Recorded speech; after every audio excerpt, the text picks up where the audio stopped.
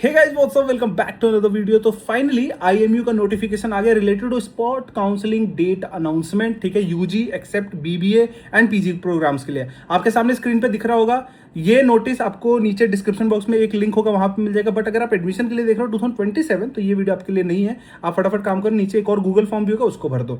ठीक है, यहाँ पे क्लियरली मेंशन है स्पॉट काउंसलिंग होता क्या है। कुछ सीट्स बच जाती है, उस पर सीधा स्पॉट काउंसलिंग होता है। फर्स्ट कम फर्स्ट सर्व के बेसिस पे एडमिशन लिया जाता है। तो उसका पूरा डिटेल यहाँ पे दे रखा है। The spot counselling registration will commence from 28/7/2026। तो ऑलरेडी आ चुका है, स्पॉट काउंसलिंग का रजिस्ट्रेशन है। लिंक नीचे डिस्क्रिप्शन बॉक्स में जाकर रजिस्टर कर लो फटाफट। बट ये वीडियो लास्ट तक देखना। एंड लास्ट डेट क्या है, 2 अगस्त टिल 1 PM। ये क्लियरली मेंशन्ड है, याद रखना इस बात को। लेकिन यार वैकेंसी गजब है इस बार। 151 seats in DNS BSc and BTech भरा ही नहीं है इस बार। फटाफट एडमिशन ले लो, बहुत अच्छा मौका है यहाँ पे। ठीक है, एमबीए एंड एमटेक आपके लिए नहीं है। Certificate verification for candidate of third allotment list is under process. The final vacancy will be available after the completion of verification of candidate of third allotment list and considering all the withdrawal candidates. अब देखो यहाँ पे कितनी बड़ी मस्ती कर दी इन लोगों ने। ये ऊपर वैकेंसी डाल दिया, नीचे एस्ट्रिक में डाल दिया कि भाई ये चेंज हो सकता है, क्योंकि अभी थर्ड अलॉटमेंट जो हुआ है उसका भी अभी अंडर प्रोसेस है। मतलब इतनी जल्दीबाजी थी खोलने की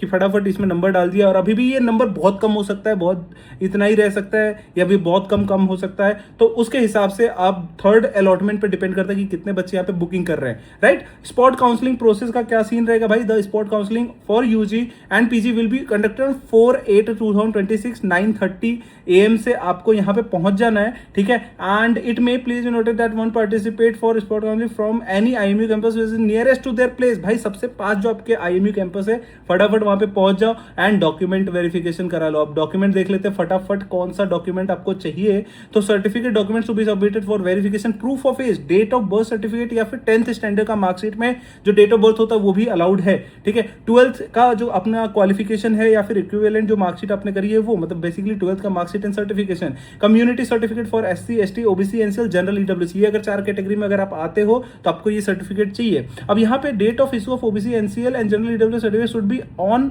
और आफ्टर 1/8/2025। मतलब 1 साल पुराना ही होना चाहिए। अगर 1 साल पुराने से कम ही होना चाहिए, वरना अगर उससे ज्यादा पुराना है तो आपको फिर से बनाना पड़ेगा। And format government of India का, not state, it is central. Candidate having certificate prior to the issue date may need not apply. ठीक है भाई, देखो अगर तुम्हारा कम्युनिटी सर्टिफिकेट नहीं है तो भाई मत आओ। ठीक है, भगा देंगे सीधा। They will be rejected outright. समझ में आ गई बात।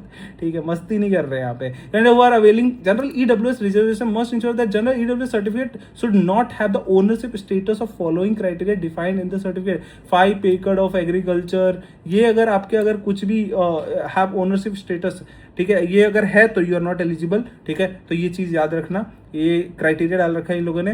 Certificate EWS any format will not be accepted. आपका कोई भी सर्टिफिकेट नहीं, आपका सेंट्रल गवर्नमेंट वाला ही है जो लगेगा यहाँ पे।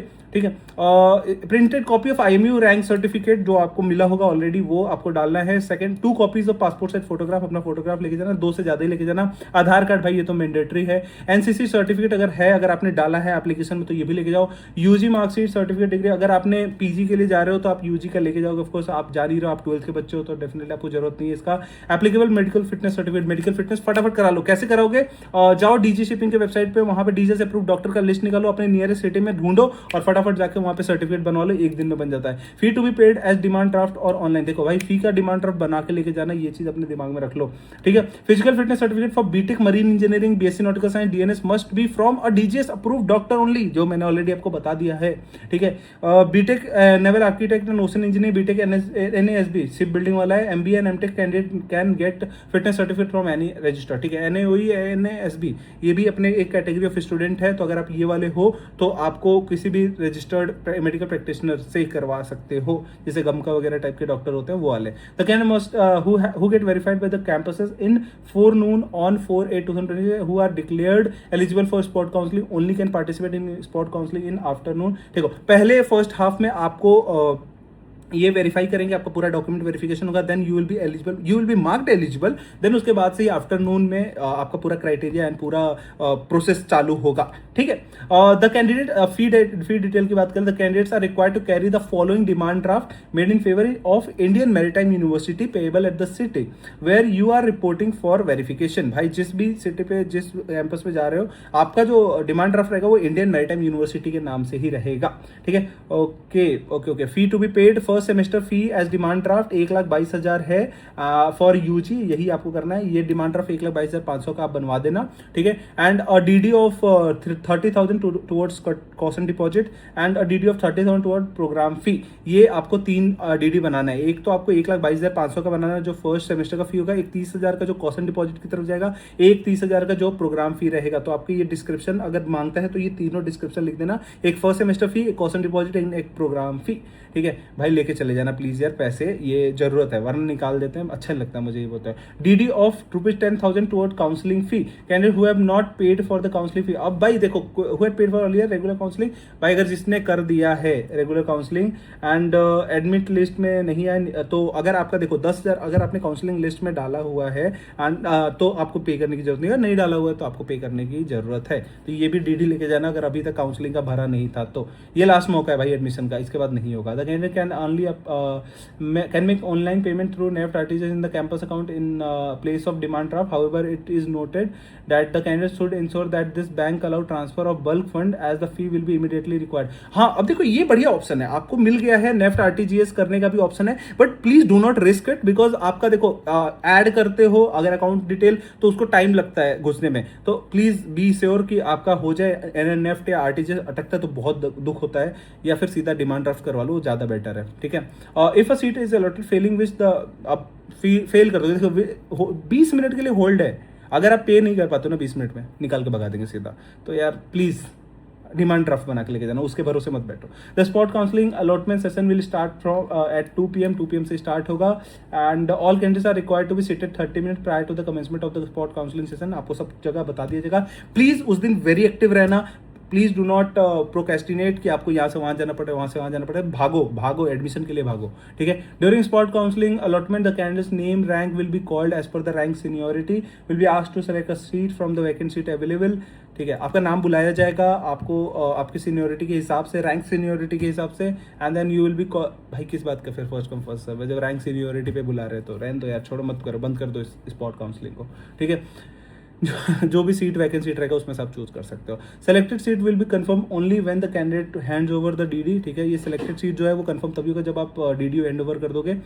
Once DDR handover or online payment is confirmed, the seat will be confirmed. The seat confirmation letter will be provided to the student. ठीक है, as simple as that.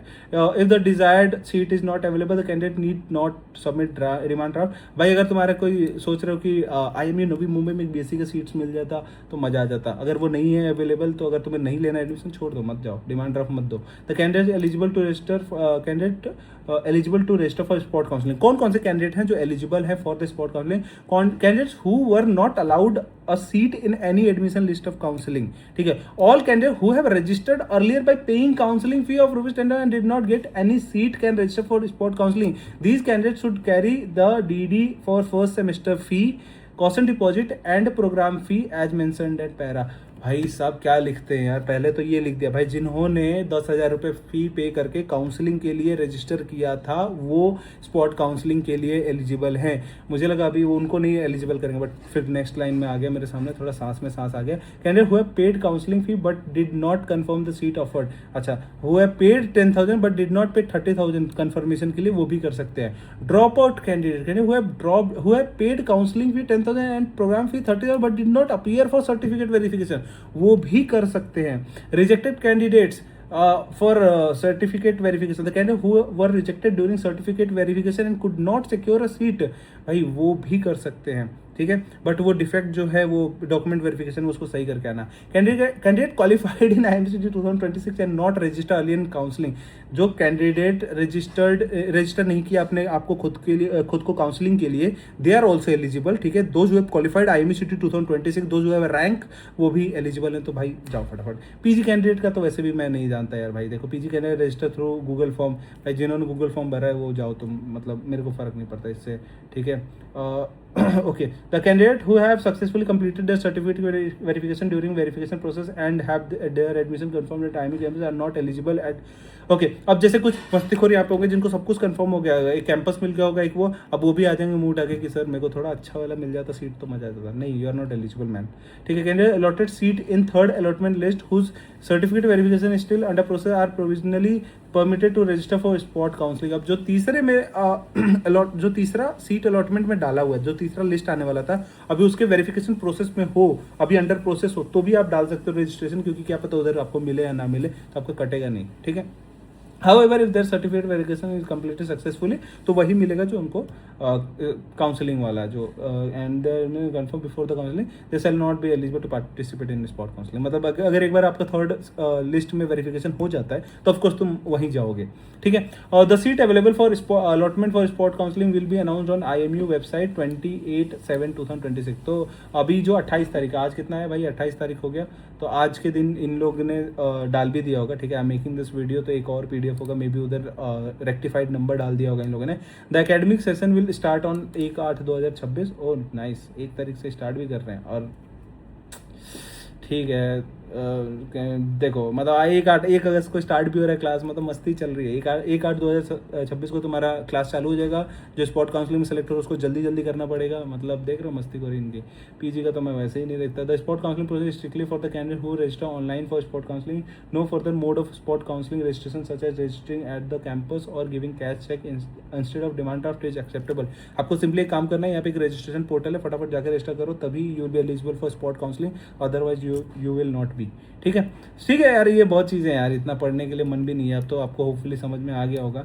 यहाँ पे सीधा जाओ और IMU इस पे वेबसाइट पे जाओ, और ये लिंक नीचे डिस्क्रिप्शन बॉक्स में भी मैं दे दूंगा, जाके क्लिक करना और फटाफट रजिस्टर कर लो, ठीक है। Eligibility criteria for non CET 2026 PG candidate छोड़ो, अब इनको हटा, ठीक है। होपफुली आपको पूरा समझ में आ गया होगा। आई होप अगर कोई दिक्कत हो तो फिर नीचे कमेंट सेक्शन में बता सकते हो, और अगर प्रिपरेशन अगले साल की कर रहे हो या फिर फरवरी बैच की, तो रैंक को बेटर यूटिलाइजेशन करो, DNS में सेलेक्ट होकर नीचे डिस्क्रिप्शन बॉक्स में गूगल फॉर्म में भर दो, और चैनल को सब्सक्राइब कर दो ऐसे अपडेट्स के लिए। Thank you so much for watching this video.